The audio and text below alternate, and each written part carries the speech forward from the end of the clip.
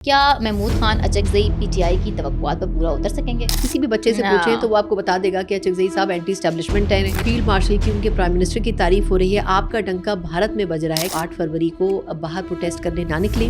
آپ اس کو یوم سیاہ مت منائیں. پی ٹی آئی کی پروٹیسٹ تھی. اس پروٹیسٹ کے اندر کئی ٹی ٹی پی کے لوگ بھی موجود پائے گئے جن کو بعد میں پکڑا گیا. ایک اور 9 مئی نہ ہو, ایک اور 26 نومبر نہ ہو. السلام علیکم ویورز, آپ دیکھ رہے ہیں آزاد سیاست. میں ہوں نوشین طارق. ویورز, اس وقت جو ہے وہ پولیٹیکل ہیپننگز میں یہ ہے کہ قومی اسمبلی کے اپوزیشن لیڈر جو ہے محمود خان اچکزئی کی صبح مل چکے ہیں. انہوں نے ایک باقاعدہ اسپیچ بھی کی تھی جس کی بہت چرچا ہے اس وقت سوشل میڈیا پر. اس پر بھی بات کریں گے. اس کے علاوہ جو ہے وہ چیئرمین سینٹ جو ہے وہ راجہ ناصر عباس صاحب کو بھی بنا دیا گیا ہے. انہوں نے بھی اپنی ابتدائی اسپیچ کر دی ہے.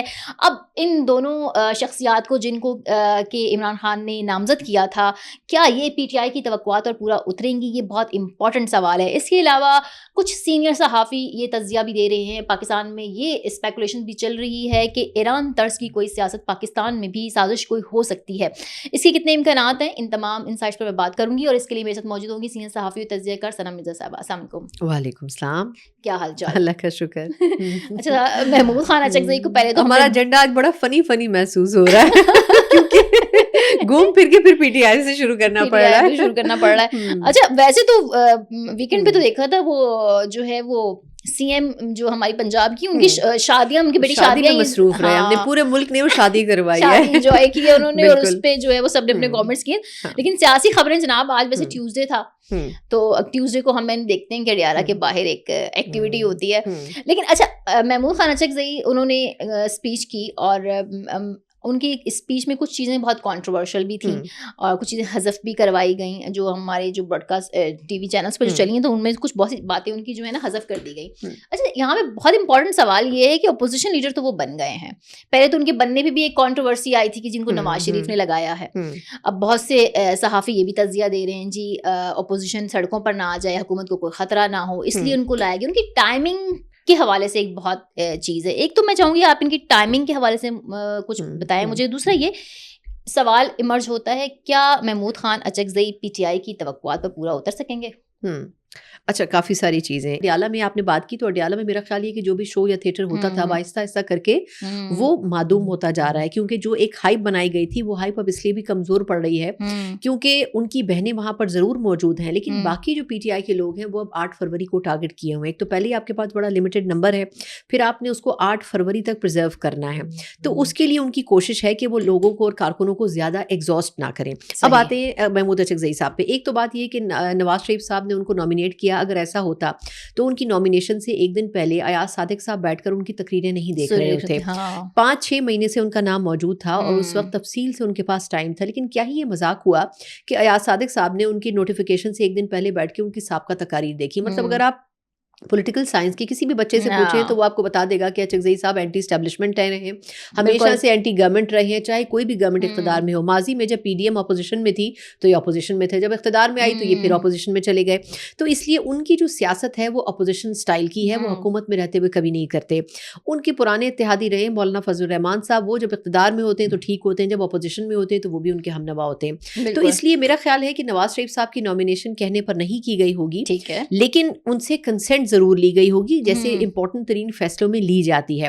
لیکن اس میں وہی کیا گیا ہوگا جو ایک پروسیجر ہے, کیونکہ ان کی شروع کا جو تقریر کے جو آغاز اور اختتام ہے وہ ہمیشہ اسٹیبلشمنٹ کے حوالے سے ہوتا ہے اور اس کے اگینسٹ ہوتا ہے. تو اس لیے میرا خیال یہ ہے کہ بہت سے لوگوں سے پوچھ پاچھ کے پھر ان کی تعیناتی ہوئی ہوگی. اچھا, یہاں میں آپ کو ٹوک رہی ہوں کہ یہ جیسے آپ نے کہا نا اسٹیبلشمنٹ کی وہ ہمیشہ اینٹی ہی بات کرتے ہیں, لیکن اپنی اس تقریر میں انہوں نے کہا کہ آپ کے آرمی چیف, ہمارے آرمی چیف اگر جو ساتھ کچھ چلتے ہیں تو میں نے آج تک کسی کا ہاتھ نہیں چوما. ان کا ہاتھ چومنے کی بات, اور آپ کو پتہ ہے پھر سوشل میڈیا پہ تو اس بات کو کتنا اینگلنگ کر کے سب لگا رہے ہیں نا, تھمبنیلز بنا کے. تو کیا یہ ان کا میسج ہے کہ اگر اسٹیبلشمنٹ اور حکومت جو ہے وہ یہ جو سیاسی درجہ رہا تو اس کو نارمل کرتی ہے تو یہ اپنا کوئی رول پلے کریں گے, مطلب یہ اپنا اینٹی اسٹیبلشمنٹ اسٹانس سے تھوڑا پیچھے ہٹ جائیں گے خان صاحب کے لیے, آپ کو ایسا لگتا ہے؟ اچھا, میرا خیال ہے کہ یہ ابھی ان کی تعیناتی جو ہے نا وہ بہت ساری چیزوں کو کور کرے گی. ایک تو یہ کہ 8 فروری سے پہلے تعیناتی, اس کی ٹائمنگ بڑی امپورٹنٹ ہے, اور یہ ٹائمنگ پی ٹی آئی کے لیے امپورٹنٹ نہیں ہے, گورنمنٹ کے لیے ہے. گورنمنٹ نے یہ تعیناتی ایک ایسے وقت میں کی ہے جب وہ اپوزیشن کو کنونس کر سکیں کہ آپ 8 فروری کو باہر پروٹیسٹ کرنے نہ نکلیں, آپ اس کو یوم سیاہ مت منائیں. ایک ایسی گورنمنٹ جس کی پوری دنیا میں اپریسیشن ہو, تعریف ہو رہی ہے, ان کے فیلڈ مارشل کی, ان کے پرائم منسٹر کی تعریف ہو رہی ہے, آپ کا ڈنکا بھارت میں بج رہا ہے کہ آپ نے کس طرح بھارت کو شکست دی, افغانستان کو کیسے شکست دی. پھر یہ کہ جو ایران کے ساتھ جنگ ہوئی اسرائیل کی, اس میں آپ نے کیسے سپورٹ کیا ایران کو حقائق سامنے رکھنے میں. تو ہر محاذ کے اوپر پاکستان کی اس وقت جو ہے وہ تعریف ہو رہی ہے. ایسی سچویشن میں اسی الیکٹو گورنمنٹ کی اگر آپ جو ہے تنقید کریں گے اور یہ کہیں گے کہ یہ ایک جعلی انتخابات تھے, تو میرا خیال ہے کہ یہ ایک داغ ثابت ہوگا 2024 کے انتخابات پہ. تو میرا خیال ہے کہ ایک کوشش یہ کی جائے گی کہ 8 فروری کے الیکشن کو کنٹروورشل نہ بنایا جائے, اور پی ٹی آئی کو کنونس کرنے کی کوشش کی جائے کہ آپ اگر احتجاج کر بھی رہے ہیں تو آپ کا وہ احتجاج بڑا لمیٹڈ اور پرامن ہونا چاہیے, جو کہ بظاہر نظر نہیں آ رہا ہے. اس کی بھرپور تیاری, اس پہ ہم آگے چل کے ضرور بات کریں گے. تو ٹائمنگ ایکچولی اس لیے اس کی بڑی امپورٹنٹ ہے کہ اچکزئی صاحب ان تمام چیزوں کو سمجھتے ہیں, چاہے جے یو آئی فے ہو یا اچکزئی صاحب کی جماعتیں ہوں. انہوں نے ماضی میں جو احتجاج کیے اس میں ایک گملہ بھی نہیں ٹوٹتا تھا. یہ پرامن احتجاج شروع کرتے تھے اور ختم بھی کرتے تھے, لیکن پی ٹی آئی سے آپ یہ امید نہیں کر سکتے ہیں. اور آپ اس وقت اگر پی ٹی آئی سے بات کریں تو وہ یہ کہہ رہی ہے کہ ہم خان صاحب نے مینڈیٹ ان کو دیا, ہم ان کی بات مانیں گے. اب ڈپینڈ کرتا ہے کہ خان صاحب کے جو کارکنان ہیں ان کو اچکزئی صاحب کیسے کنٹرول کریں گے, کیونکہ جب بھی کبھی ایسے پروٹیسٹ ہوتے ہیں تو جو پی ٹی آئی کی لیڈرشپ ہے وہ منظر سے غائب ہو جاتی ہے. تو اگر ہم یہ سمجھیں کہ اچکزئی صاحب کے کہنے کے اوپر وہ عمل کریں گے تو یہ بڑا مشکل ہے, کیونکہ ان کی نظر میں جو آرڈرز ہیں وہ یا تو خان صاحب دیتے ہیں یا پھر ان کی بہنیں دیتی ہیں. اگر اس قسم کے احتجاج میں یہ دونوں شخصیات نہیں ہیں تو پھر اچکزئی صاحب کے آرڈرز ماننا بظاہر اتنا آسان نہیں ہوگا. لیکن گورنمنٹ نے اپنے طور پر یہ کارڈ اس لیے پلے کیا ہے کہ اگر آپ نے احتجاج کرنا بھی ہے تو آپ اس احتجاج کو اتنا لمیٹڈ یا اس طریقے سے کنڈکٹ کریں کہ یہ کسی بھی قسم کا انتشار نہ پھیلائے, ایک اور 9 مئی نہ ہو, ایک اور 26 نومبر نہ ہو. صحیح ہے. اچھا, یہ 8 فروری کے حوالے سے میں آپ کو بتاؤں گی, 8 فروری کے حوالے سے حکومت جو کچھ کر رہی ہے اس میں تو ایسے نا جیسے پنجاب میں 23 سال کے بعد انہوں نے بسنت ڈے بھی 8 فروری کو رکھ دیا ہے, اس کی ٹائمنگ بھی ایسی ہے. اب آپ کو بھی پتہ, مجھے بھی پتہ, لاہوری بسنت تو نہیں چھوڑتے, اب یا تو بسنت مناتے ہوئے وہ احتجاج کریں گے یا کیا کریں گے. یہ جان بوجھ کے اب یہ کارڈ بھی پلے کیا گیا ہے. میرا خیال ہے کہ یہ اناؤنسمنٹ کیونکہ بعد میں ہوئی ہے اور اس کو ایک پازیٹیو اینگل دینے کی کوشش کی جا رہی ہے. اب دیکھیں اس میں میرا خیال یہ کہ دفعہ 144 لگانا اب آپ کے لیے بڑا مشکل ہوگا. اگر آپ نے پنجاب میں بسنت اناؤنس کر دی ہے تو پھر تو آپ دفعہ 144 نہیں لگا سکیں گے. تو میرا خیال ہے کہ یہ کوئی اچھا فیصلہ نہیں کیا, یہ گورنمنٹ کے لیے الٹا زیادہ ڈیفیکلٹ ڈیسیجن ہو جائے گا. اس کی وجہ یہ کہ آپ کیسے ڈفرینشیٹ کریں گے کہ کون سے لوگ احتجاج میں جا رہے ہیں, کون سے لوگ بسنت منانے جا رہے ہیں, تو آپ کے لیے ایک بڑی کھچپچ ہو جائے گی.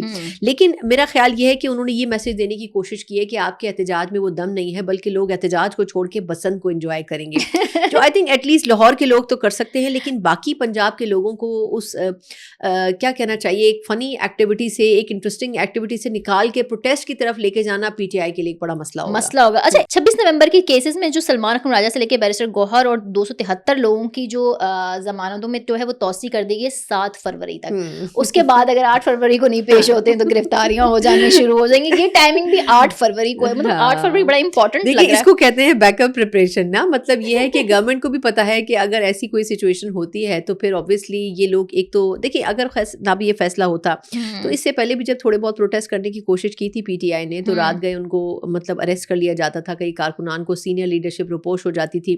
تو میرا خیال یہ ہے کہ یہ اس میں ایک بڑا امپورٹنٹ ایلیمنٹ پلے کر سکتا ہے کہ ہو سکتا ہے گورنمنٹ کو اگر لگے کہ یہ احتجاج اپنا مومنٹم بنانا شروع ہو رہا ہے یا لوگ نکلنا شروع ہو رہے ہیں, تو وہ اس کا مطلب کہنا چاہیے کہ فائدہ اٹھاتے ہوئے شاید ہو سکتا ہے کہ ان کو اریسٹ بھی کر لیں. اچھا سر, ایک امپورٹنٹ چیز یہ ہے کہ اس وقت جو کہ ہم دیکھ رہے ہیں کہ ہمارے نیبر میں نا ایک سچویشن کافی جو ہے وہ ڈیفیکلٹ اور ٹف ہے. اب اس سے لنک کر رہے ہیں بہت سے صحافی پاکستان کی سیاست کو بھی, کہ پاکستان میں بھی کچھ اس قسم کی سازش کی جا رہی ہے, کچھ ایسی سیاسی سازش کی جا رہی ہے کہ ایران جیسے حالات ہو جائیں. اور بظاہر تاثر تو یہی دیا جا رہا ہے کہ اس میں امریکہ کو ایران والے معاملے میں سپورٹ دینا مقصد ہوگا, مطلب یہ ہوگا. آپ کو لگتا ہے ایسا کچھ ہوگا, یہ کوئی کارڈ کھیلا جائے گا یا اس طرح کی کوئی چیز ہو رہی ہے؟ اچھا, یہ میرا خیال ہے ایران کی جو سچویشن تھی ہم اس کے ساتھ اس کو کوئنسائڈ کرنے کی کوشش کریں. دیکھیں یہ بڑی الارمنگ ہے. ایران میں پچھلے 5-6 سالوں میں 3 مرتبہ پروٹیسٹ ہوئے. ایک دفعہ 2022 میں ہوئے, پھر 24 میں ہوئے, پھر 2019 میں, پھر 17 میں بھی ہوئے. مطلب کئی مرتبہ وہاں پر یہ کوشش ہوئی اور یہ ایک ہی پوائنٹ کے اوپر احتجاج تھا کہ مہنگائی ختم ہو, بے روزگاری ختم ہو, جو اکانومی ہے وہ بہتر ہو. اس کے علاوہ اور کوئی ایجنڈا نہیں تھا. لیکن اس میں ماضی کے احتجاجوں میں اس میں یہ فرق تھا کہ اس میں جو احمد شاہ پہلوی صاحب تھے ان کے صاحبزادے اس کو سپروائز کمپرومائز نہیں کر رہے تھے. اس مرتبہ کے احتجاج میں وہ خود ایک فگر بن کے سامنے آئے اور انہوں نے یہ ظاہر کرنے کی کوشش کی کہ ان کے کہنے کے اوپر لوگ نکل رہے ہیں اور لوگ اب چاہتے ہیں کہ ایران کا ماحول بدلے. حالانکہ سب جانتے ہیں کہ وہاں پر جو احتجاج ہوا, ایرانی گورنمنٹ یہ کلیم کرتی ہے کہ وہاں پر افغانستان کے لوگ پکڑے گئے احتجاج کرتے ہوئے, تشدد کرتے ہوئے, شرانگیزی پھیلاتے ہوئے, راہگیروں کو سڑکوں پر جو دکانیں لوٹی گئیں, جس طرح لوگوں کو مار پیٹ کیا گیا, عام لوگوں کو جو سڑک پہ چل رہے تھے ان کو مارا پیٹا گیا, اس میں ڈائریکٹلی جو ہیں وہ افغانستان کے لوگ ملوث پائے گئے, دہشت گرد ملوث پائے گئے جن کو پکڑا گیا. تو اگر ہم اس میں زیادہ دور نہ جائیں, 26 نومبر کی بات کریں تو ہماری سیکورٹی فورسز نے 26 نومبر کے بعد کیا کہا تھا, یہی کہا تھا کہ جو پی ٹی آئی کی پروٹیسٹ تھی, اس پروٹیسٹ کے اندر کئی ٹی ٹی پی کے لوگ بھی موجود پائے گئے جن کو بعد میں پکڑا گیا.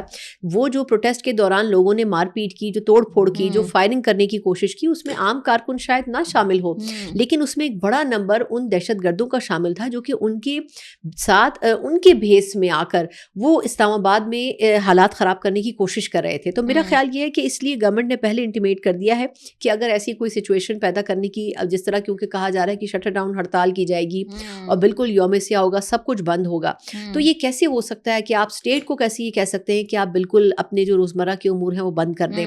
یہ اسی صورت پہ ہوگا جب آپ توڑ پھوڑ کریں گے اور آپ لوگوں کو مجبور کریں گے کہ وہ ایسا کریں.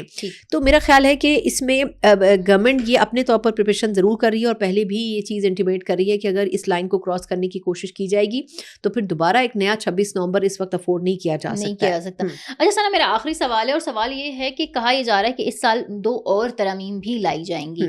اچھا, ترامیم کے حوالے سے کچھ چیزیں سوشل میڈیا پر بہت زیادہ گردش کر رہی ہیں اور ان پہ ہر بندہ اپنی رائے دے رہا ہے, اور کہا یہ جا رہا ہے کہ اس میں نا ووٹر کی عمر جو پہلے 18 سال کی, جیسے کہ آپ کا آئی ڈی کارڈ بنے آپ ووٹ دے سکتے ہیں, اب اس عمر کو بڑھانے کی بات کی جا رہی ہے کہ 25 سال والا ہی جو ہے وہ ووٹ کاسٹ کر سکے گا. اس طرح کی باتیں ہو رہی ہیں, اور بھی شاید باتیں ہیں. میں چاہوں گی کہ یہ خبر آپ کی نالج میں ہے, ایسا کچھ ہونے جا رہا ہے؟ اچھا, اس میں اب دیکھیں نا, ہر ایک جو لوگ ہیں, یہ صحافی ہیں جو مختلف گروپس میں بٹے ہوئے ہیں, الگ الگ انفارمیشن ان کے پاس ہوتی ہے, لیکن کچھ چیزیں ہیں جس پہ سارے صحافیوں کا کنسنسس ہے, اور وہ یہ ہے کہ اس سال 2 امینڈمنٹس تو آنی ہیں. اچھا, ایک 28ویں اور ایک 29ویں, ہو سکتا ہے نمبر بڑھ جائے لیکن کم نہیں ہوگا, اور ایک شروع میں آئے گی اور ایک شاید اگست کے بعد جا کے آئے یا رمضان کے بعد شاید پلان ہو. اس کی وجہ یہ ہے کہ اب بہت ساری چیزوں میں اب جو ہماری افواج ہیں اور جو ہماری حکومت ہے وہ ایک پیج کے اوپر ہے کہ اس میں لیجسلیشن ہونی چاہیے. ان ترامیم میں ایک حصہ میں آپ کو یہ بتاؤں کہ بیوروکریسی سے متعلق بھی آنے جا رہا ہے, جو اس کا طریقہ کار ہے, ان کی تعیناتیوں سے متعلق, ان کے کام کے حوالے سے, مطلب ایک پورا سسٹم وضع کیا جا رہا ہے کہ جو ہماری سو کالڈ کام چور قسم کی بیوروکریسی ہے اس کو ٹھیک کرنا ہے. اچھا, اس کے علاوہ سب سے امپورٹنٹ چیز, یہ میں ان چیزوں کو بتا رہی ہوں جو ہر صورت میں آئیں گی. اس کے علاوہ جو ہماری بلدیاتی سسٹم ہے, یہ ایم کیو ایم کو ہم نے پہلے بھی 26ویں ترمیم میں بھی یہی کیا, 27ویں میں بھی ہم نے یہی کیا کہ ہم ان کو لالی پاپ دیتے رہے کہ اگلی. اب 28ویں ترمیم میں ان اینی کیس ہم نے بلدیاتی سسٹم کے حوالے سے ریفارمز کرنے ہیں, اور اس کے اوپر پیپلز پارٹی اور نون لیگ میں ابھی انڈرسٹینڈنگ نہیں ہوئی ہے. وہ انڈرسٹینڈنگ ہونی ہے, اور اس کے لیے محسن نقوی صاحب جو ہیں وہ اپنا رول ادا کریں گے, اور اس میں کچھ لے دے کر کے کچھ نہ کچھ بلدیاتی سسٹم کے حوالے سے کچھ چیزوں کو بہتر کرنے کی کوشش ہوگی. اور تیسری امپورٹنٹ چیز ہے NFC کے اوپر بڑا مشکل ہے کہ جو پیپلز پارٹی ہے وہ کنونس ہو, کیونکہ اس کے اوپر وہ بڑے سینسٹیو ہیں. لیکن سوچا یہ جا رہا ہے کہ ہمارا جو وفاق ہے پچھلے 2 سال سے زیادہ ٹائم سے وہ قرضوں کے اوپر چل رہا ہے, تو کچھ جو ادارے ہیں, کچھ ڈپارٹمنٹس ہیں, ان کو شٹ ڈاؤن کیا جائے گا, لیکن ابھی وقتی طور پر صرف ان اداروں کو شٹ ڈاؤن کیا گیا ہے جن کے بارے میں IMF نے انٹیمیٹ کیا تھا, اور جن کے بارے میں جو وہ ادارے تھے جو کہ گوسٹ ادارے تھے, جو کہ ابھی ایگزسٹ ہی نہیں کرتے تھے. تو ان اداروں کو شٹ ڈاؤن کرنے سے وفاق کو کوئی فائنینشیل فائدہ نہیں ہوا, اس لیے کچھ اداروں کو شٹ ڈاؤن کر کے یا ان کو انکارپوریٹ کر دیں گے وفاق کے ساتھ, تاکہ وفاق کے پاس ایک اپنی فنڈ جنریشن ہو. اور دوسرا یہ کہ کوشش یہ کی جائے گی کہ کچھ حصہ جو ہے وہ کٹ ڈاؤن کیا جائے NFC کا صوبوں سے, تاکہ وفاق کو سپورٹ مل سکے. یہ وہ چند چیزیں ہیں جس کے اوپر کام ہو رہا ہے. لیکن یہ جو آپ نے بات کی ووٹر کا ووٹ ڈالنے کے حوالے سے, میرا خیال نہیں ہے ایک بڑا نمبر یوتھ کا اس وقت پاکستان میں ہے جو 18 سے 25 سال کے درمیان ہے. اس کے اوپر میرا خیال ہے کہ کنونس کرنا پارٹیز کو بڑا مشکل ہوگا, کیونکہ اب یہ پارٹیز بھی انڈرسٹینڈ کرتی ہیں کہ سوشل میڈیا کا دور ہے, اس میں آپ 18 سال کے ووٹر کو بالغ اور ایڈلٹ مطلب کنسیڈر کرتے ہیں. اس کو کٹ ڈاؤن کرنا میرا خیال ہے کہ اس وقت ان 2 ترامیم میں مشکل نظر آتا ہے. Thank you very much. Thank you so much.